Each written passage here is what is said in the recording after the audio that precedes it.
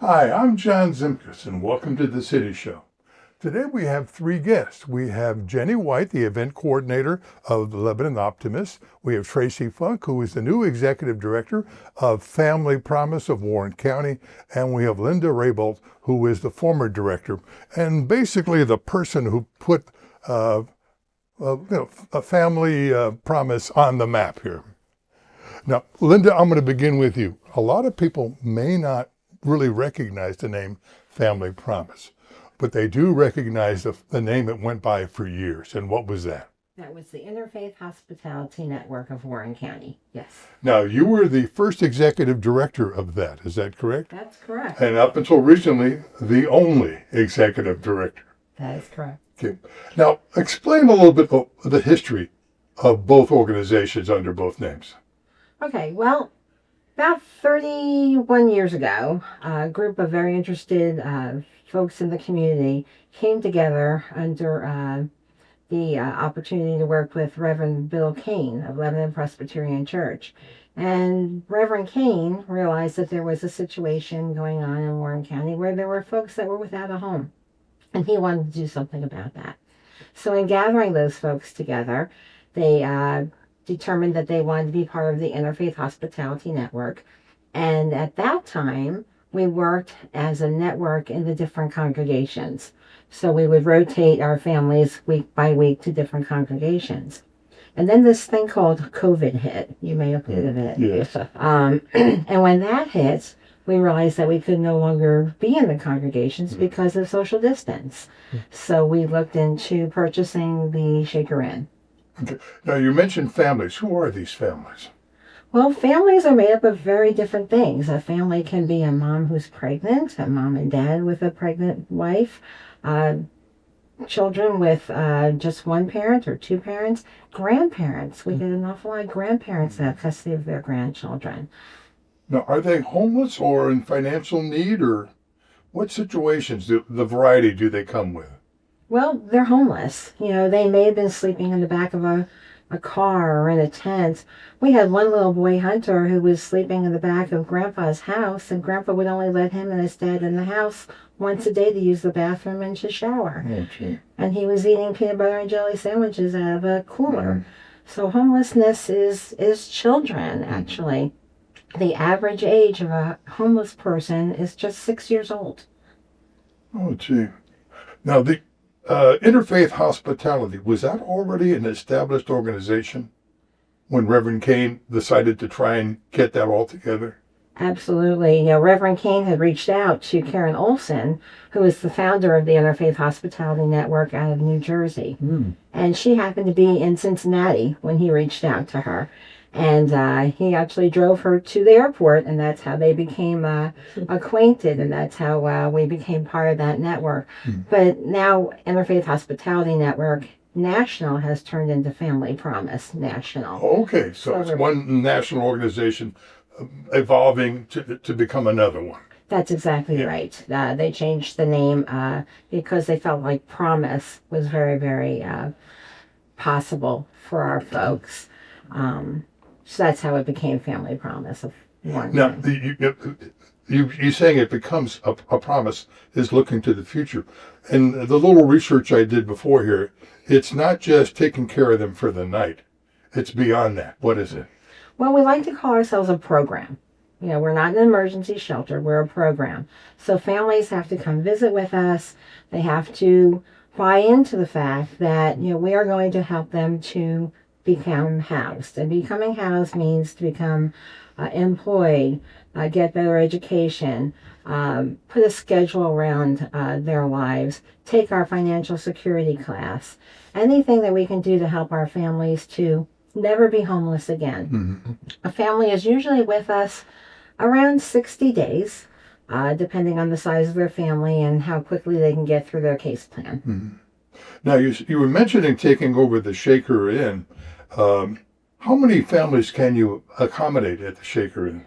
Okay, we're very excited. We can accommodate 6 families right now at one time, and we're looking to grow the network. We're looking to grow that foundation so that we can use another 5 to 6 rooms. I have a total of 12 families at one time. So right now we have a network of over 50 congregations, businesses, organizations that provide the food, the fellowship, and the overnight accommodations for us.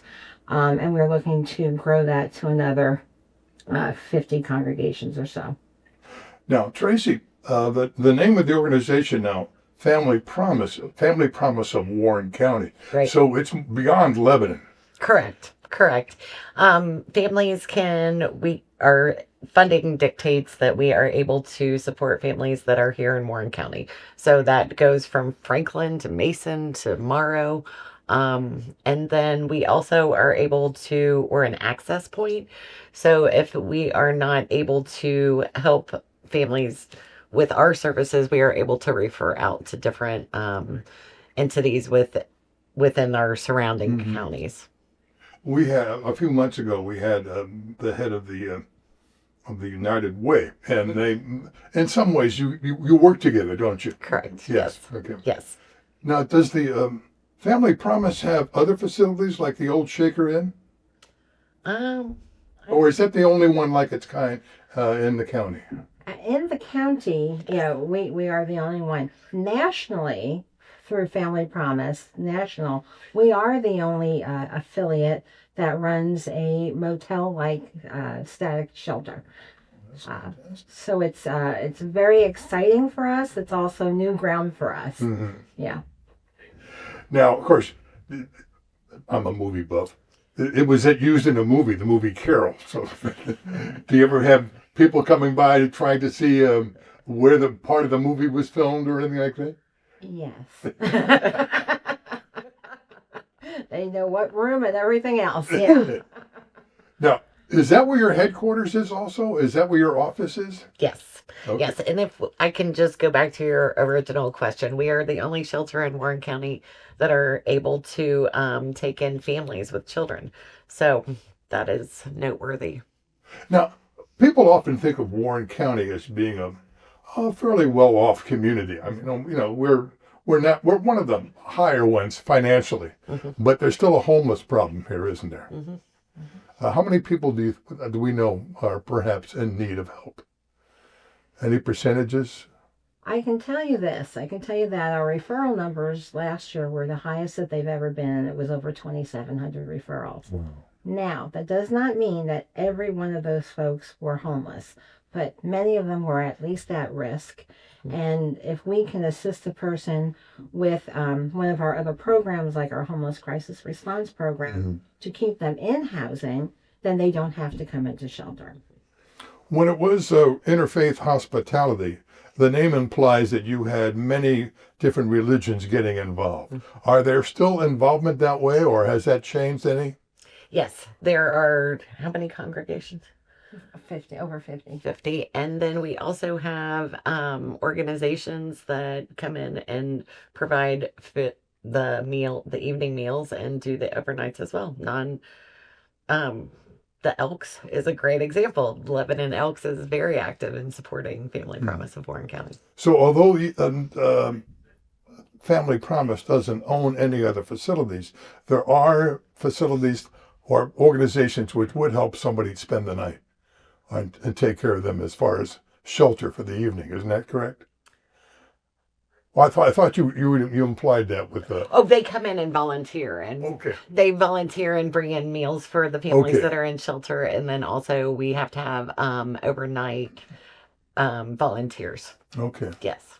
Now, you were talking about lessons for them, and because the purpose, as we've already discussed, is not just to give them shelter, but have them progress where they don't need that and they can be self-sustaining. Where do these lessons take place, and what kind of lessons are taught? We have a media room where we have how many? I'd say 6 or 8 computers. We do have people coming in from the community to teach the financial literacy classes. So we really are pulling from the community and community stakeholders to help support these families. One of the things, I taught school here in Lebanon for 35 years in the 7th grade. But one of the things we often discussed is some families are oriented solely on the now and not the future. It's always about what kind of immediate gratification can we get now, because we're not looking to the future. We don't know what the future holds. Do you find that sort of mindset with some of the people you work with and some of the families you work with? I would say a lot of our families are living day to day. Yeah. So, they are employed. And in fact, that's an important thing to bring up. Most of the families that are with us are employed. Is that right? They are employed. They are not drug addicts. They're not, severely mentally ill. They're people who are stretched for some reason. Sometimes we have a child who has been sick and the parent is not able to keep all the hours that they need to keep because they're bringing that child to the doctor, and a lot of times a family breakup from time to time. A family that's been doing really, really well, daddy gets up and leaves in the middle of the night, and now they have no place to go. So they live from day to day, a lot of our families. And that's what we're there to do, is provide them that support that they need so that they can move on and have that long range that you're talking about. Yeah. Now, as we mentioned several times, it's family oriented. Does your organization do anything for the individual? Or where can the individual get assistance? We refer out to different stakeholders. So Ohio Means Jobs, they can help with resumes. So we have a whole list of entities in the community that are able to help with things that maybe are out of our wheelhouse, but they are the experts in those areas. So we have a great community full of different skill sets. So yes. And to add on to that, we have a program called the Homeless Crisis Response Program. And that program helps folks to rapidly rehouse or to prevent their homelessness. We're also an access point. So if there is an individual that makes contact with us, we will work with them to get them into the Bernie's Place shelter. Or if they have income, we help them to get rapidly rehoused in their own place. Now, how can the viewer, how can the normal citizen, the regular citizen, help Family Promise? What can we do? We have a variety of things that they can do. We are very volunteer oriented. So first of all, we're looking to grow that network, as we talked about earlier today. So if someone or a group wants to provide the evening meal and fellowship and overnight, we'd love them to come and talk with us and see how we can go ahead and get them involved with us. If there is a group that wants to do some yard work, or if there's students that need to do community service for graduation and the National Honor Society and Boy Scouts. We love Boy Scouts and Girl Scouts because they do their Eagle Scout projects and all that. So if you have a need or an interest that you want to share with us, we are more than happy to share some time with you. I would imagine you also take in financial donations. We like those, yes. Yeah. Which brings me to you, Jenny. I did not forget you. Now, you are the event coordinator for the Lebanon Optimist Club, correct? For the Spirits of Optimism event. Yes. Now, there is an event, as you just briefly mentioned. What is the event and how does it help Family Promise? So this is our third year for doing the Spirits of Optimism event. The first year, our money went toward the John McClain Council to help foster children. Last year, it went for the peer support team in Warren County. And then this year, Family Promise will be the recipient of our proceeds. So what we do is when we first started, we just picked kind of a different theme, and we went with like Roaring 20s the first year. Second year was the 30s. This year's my favorite era, which is the 1940s. So we will be doing different things to raise money on that evening. So of course, ticket costs, they are $80 for a single or $140 for a couple. You don't have to dress up in 1940s, but you're welcome to. We will have raffles there. We have a live auction in which we have a bunch of awesome items being auctioned off. And those will be shared a little bit later on our Facebook page and on our web page. And we have, of course, hors d'oeuvres and all kinds of things to drink and eat. And Well, now you're leaving out, when I looked this up on the internet last night, the spirits part. Yes. What's the spirits part of Spirits of Optimism? The spirits part is that it is a bourbon tasting. Now, there will be other spirits there as well as non-alcoholic spirits. And this year we added chocolate. And so Winans was kind enough to jump in and help us out with our chocolate this year. So that's going to be new for us. So whenever I pick up a bottle of wine or what have you, it always says goes well with cheese, goes well with seafood or whatever. And you're going to have recommendations as to what to have that spirit with what kind of food, and also with what kind of chocolate. Right. And we're not talking M&Ms here, are we? No, no. And we also will be having Cherry Street Cafe is doing our food again this year, and they did a wonderful job last year as well. So yeah, we there are 4 different kinds. There was one kind that we really wanted to get, but it was a little out of our budget, and that was bourbon cherries. They were like 3 times the cost of the other chocolates.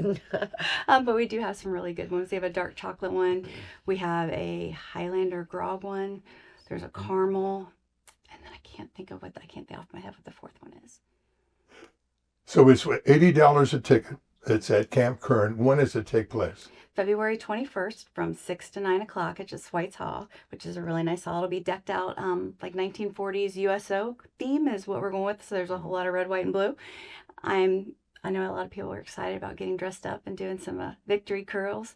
Oh, and we also have the Queen City Sisters are coming, and they will be singing from 7 to 8 in the middle of our event and rotating around. They perform on the Cincinnati Dinner Train as well as a lot of different events all over.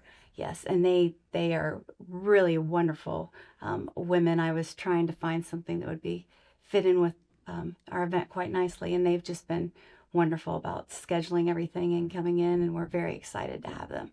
Now, this event is at Camp Kern, correct? The hall at Camp Kern. As you mentioned, tickets are $80, but you are limited to how many people you will take in, from what I've read. Correct. So 100 tickets is our goal. Now, if somebody wanted to get a ticket, how would they go about it? Who do they contact? So they are welcome to reach out to me, those that know me from school and otherwise. And we have our Lebanon Optimist website. And if you just type in Lebanon Optimist, you'll find us. And there's a link for the Spirits of Optimism page. And you can get your tickets off there. We also have a Facebook page, the Spirits of Optimism Facebook page. And if you jump on there, there are all kinds of great ideas about how to dress, how to do your makeup, how to do your hair, what kind of music you'll be listening to.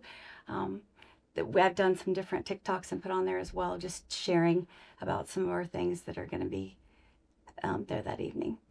And I did say live auction too, didn't I? I think so. And all the proceeds beyond the cost of the event go to Family Promise. Well, that's fantastic. I imagine you're pretty happy about that. Yes. Well, and I know when we were trying to figure out for our 3rd year who we were going to donate to, and we were just talking about some different organizations. Family Promise is one that's like very near and dear to me because I've had a family member that's had to utilize it. And it was wonderful for her. And I've had lots of students, people, I think a lot of times they see Lebanon and see our community and they don't realize that not everybody in Lebanon is on the same playing field. And I've had kids that come in that are hungry and don't know where they're going to get a meal that night. Or something's happened, like you said, between mom and dad, or somebody lost a job. And now they're coming in crying because they're not sure if they're going home or where they're going that evening.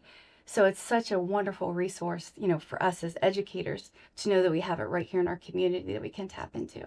And so it's just one of those things that I think it's going to be a fun evening. We're going to have a great time, but I think it's more about community and just lifting each other up. And it's just such a wonderful organization. I just think it's just so wonderful for the community. So. Well, thank you, Jenny. And now, Tracy and Linda, is there anything else we need to tell the viewers about Family Promise and what you provide and what kind of needs you have? I'll let you take it. It's I think it's always important to remember that families do not choose to be homeless. They do not choose to come into Family Promise. It's their situations that happen, and it's all about the children. You know, a child should never, ever, ever have to worry about where the next meal is coming from, or where they're going to sleep, or if mother and daddy have a job. And what we do at Family Promise, when I say we, I mean all the wonderful volunteers that work with us, the staff, the board. What we do is we lift those children up. And sure, we help mom and dad, and we make headways for them and help them all to get housed. But at the end of the day, it's about making a happy child. And that's what we always want to do. I would also like to give Linda kudos. This program is really, its foundation is dignity and respect. We give the families and the children that we interact with every day dignity and respect. And it's just amazing the work that she has done. And I would also like to say that without organizations like the Optimists, Family Promise probably wouldn't exist. So we rely heavily on the community and on Linda's experience. Well, with that note, I'm gonna get a little personal myself. Sure. I first became aware of Linda back in 2004. The host of this show, the man who began this, was Mike McMurray. And many a times I would sit in the equivalent of where you are, Linda, and talk to Mike about what the Historical Society is doing or something about history. But on May 4th of 2004, almost 22 years ago, George W. Bush, President of the United States, was speaking about 2 blocks away from where we are, in front of the Golden Lamp. And he spoke for about a half hour. And he mentioned a few local peoples. He told Mayor Amy Brewer, thanks for the service, but fix the pothole, which I later on learned is his standard joke for every mayor he talks to. But he ended the speech by saying something about you, Linda. And he said, Linda Raybolt is here today. She works for Interfaith Hospitality Network. They work at churches in the community to serve 41 families. How many families do we serve to now? Oh, 1,000 plus. Yeah. Well, we're talking 22 years ago.